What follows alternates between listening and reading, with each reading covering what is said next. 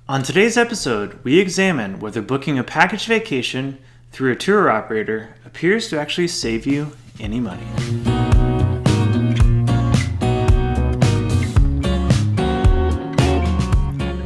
Hi everyone, welcome to episode 1 of Explore Informed, a show where we dig into the details of travel.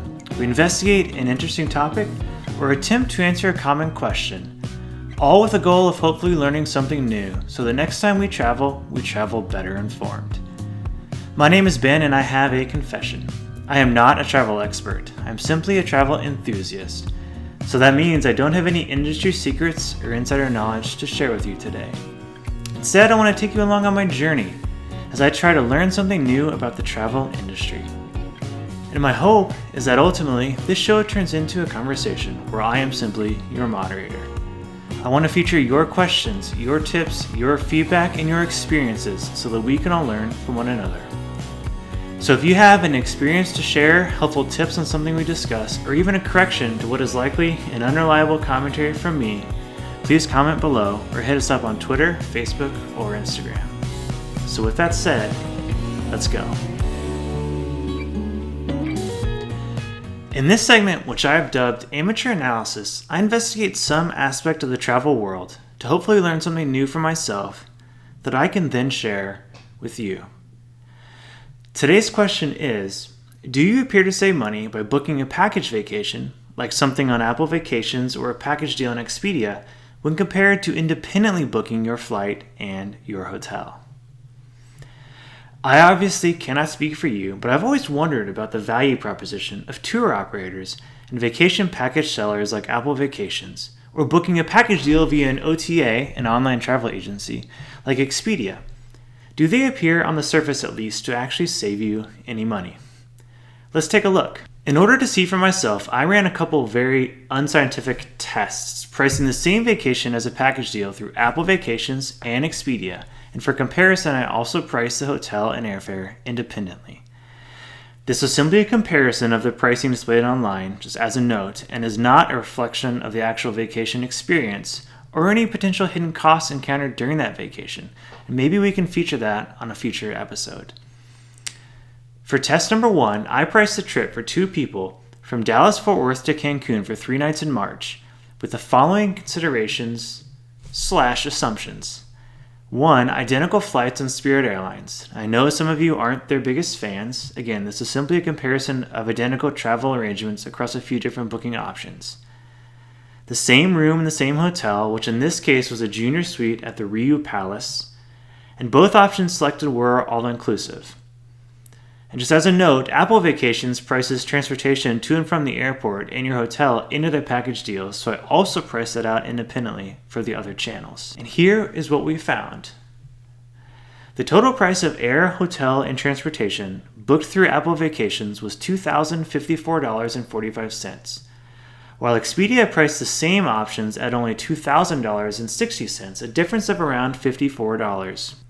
Regardless of that difference, both Apple and Expedia came in with a lower price than booking independently, as booking directly through the Spirit and Riu Palace websites yielded a price of $2,185, roughly $185 more than Expedia's price. One interesting tidbit as well, when clicking through and pricing your vacation on Expedia, you're provided with an expected savings estimate, which in this case was $176.88.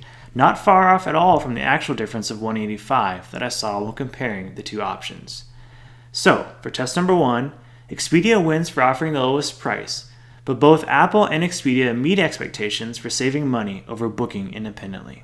For test number 2, I tried to price out a trip via Apple Vacations to Las Vegas, but somewhat surprisingly, they do not offer vacation packages to Vegas, so for this test, I swapped out Apple for FunJet, a similar tour operator.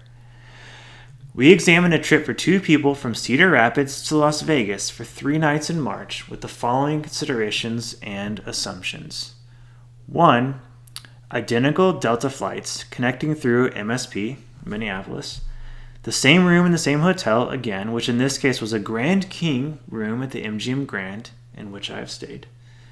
I did not include transportation, as FunJet doesn't explicitly state that transportation is included like Apple does. This is what we found for test number 2. The total price of air, hotel, and transportation booked through FunJet was $2,600.26, while Expedia priced the same options at only $2,413.91, a difference of $186. This time around, the price of booking independently split the difference between FunJet and Expedia, coming in at $2,535.56, roughly $122 more than Expedia's price. Expedia's estimated savings was $137.11, fairly close once again. So, for test number 2, Expedia wins a second time for quoting the lowest price. However, FunJet doesn't quite meet expectations when compared to booking options independently. And for test number 3, we examined a trip for 2 people from LA to Honolulu for 7 nights in March with the following considerations and assumptions. Once again, identical direct flights on Delta. And again, the same room in the same hotel, which in this case was a partial ocean view at the Disney Aulani Ko'olina. For test number 3, the total price of air, hotel, and transportation booked through Apple was $7,135.82, while Expedia priced the same options at $6,786.86, a difference of around $349. Both Apple and Expedia came in with a lower price than booking independently, which through the Delta and Disney sites yielded a price of $7,497.16, around $710 more than Expedia's price. Expedia's estimated savings was $724, once again pretty close to the actual difference I experienced of $710. So, for test number 3, Expedia makes it a clean sweep by quoting the lowest price on all 3 tests, though Apple still comes in lower when compared to booking options independently. And based on this very amateur analysis, at the moment I have to conclude that the claims of Apple and Expedia of saving you money appear to honestly be somewhat reliable and accurate, but I'm not sure what the deal is with FunJet. But, to me, the most surprising conclusion, and also the most convincing honestly, is apparently I should book more travel through Expedia. I did not necessarily expect that coming in, but I've not actually booked through Expedia before myself. I've simply used it for some quick trip pricing. And I may simply be naive to their value proposition, so if there are Expedia fanboys out there or fangirls, please comment below. I'm honestly curious about people's experiences with Expedia. So, with my very amateur conclusion, I would like to point out a few additional things to keep in mind. As part of this analysis, I looked very briefly at air, hotel, and transportation prices only. Those are predictable items that can be priced out fairly easily online. But don't forget about the hidden costs, like trip insurance, if you are a purchaser of that, or potential change fees or trip interruption costs if you are not a purchaser of travel insurance, which I am not, generally. That is a whole nother can of worms that I think we can maybe dig into on a future episode. But I want you to know that I did not include those considerations, and that may in fact be your greatest risk when booking the cheapest option online. Sometimes with travel, you do get what you pay for. Further, I would also warn you to be wary of advertised pricing and make sure you understand what is included in the marketed price. So for example, look closely at the flight options provided.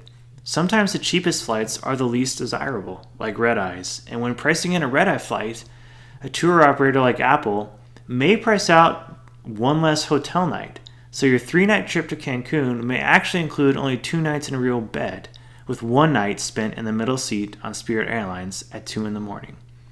Additionally, not all airline fares are created equal. When pricing a few of these tests, I saw basic economy fares. These are very basic fares that often do not allow advanced seat assignments, same-day changes, or even same-day standby, or access to upgrades. While some airlines appear to already be reversing course a bit on basic economy, make sure you look at your fare class as well. I guess the moral of the story is, again, the flights included with the advertised price are included for a reason, and they may not be as desirable as the other options, and therefore are potentially priced considerably cheaper. So I hope you enjoyed this analysis. I certainly learned something new, and I hope that you did too. As I wrap up this episode, I want to ask a favor of you. I want to include a Q&A feature on this show, which I hope to start in the next couple episodes. So please ask away in the comments below if you have questions, and I will try to answer a few in the near future. Also, as I mentioned at the top of the show, I want this show to be about you and I sharing experiences and learning together. Again, I am an enthusiast, not an expert, so if you have a specific topic you are curious about that you would like to see on the show, please comment below with any suggestions. And that, folks, is the end of our show. You can find us here on YouTube and also at Facebook, Twitter, and Instagram at these locations. And we have also provided links below in the description. Thanks for watching, and I'll see you folks next time.